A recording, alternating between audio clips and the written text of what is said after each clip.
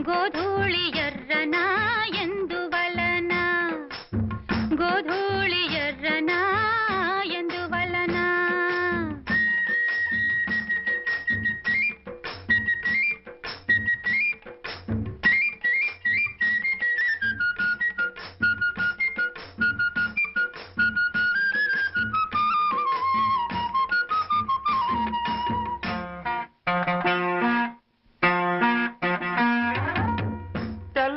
కదుపుల్లో